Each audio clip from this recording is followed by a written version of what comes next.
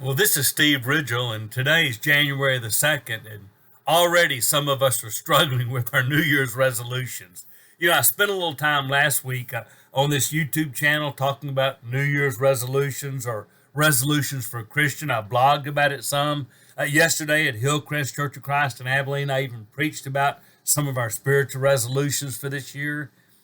And I want to say another word about that because typically resolution are something you get all excited about between Christmas and New Year's, and then we kind of quit.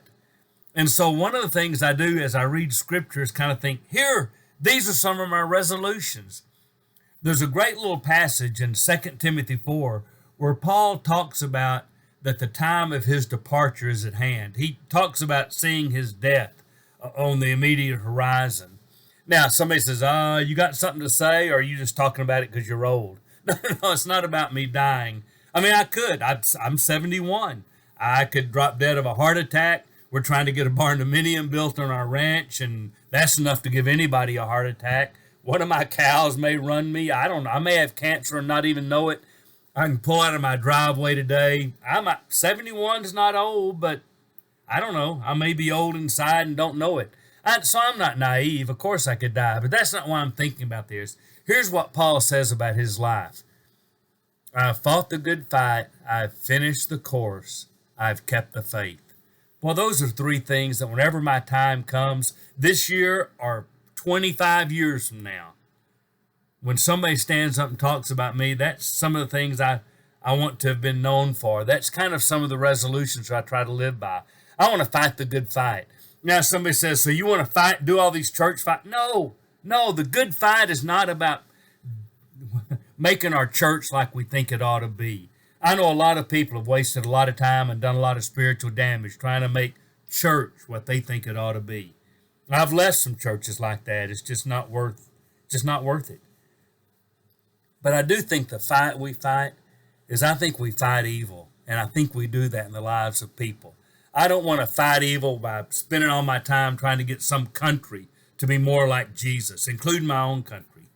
I don't think laws are going to change everything. I mean, that whole legalistic approach. Now, somebody says, well, aren't you for laws that are... Yes, I like laws that are against evil. I do. And our country passes a lot of laws that are against evil, and our country has a lot of laws that are for evil.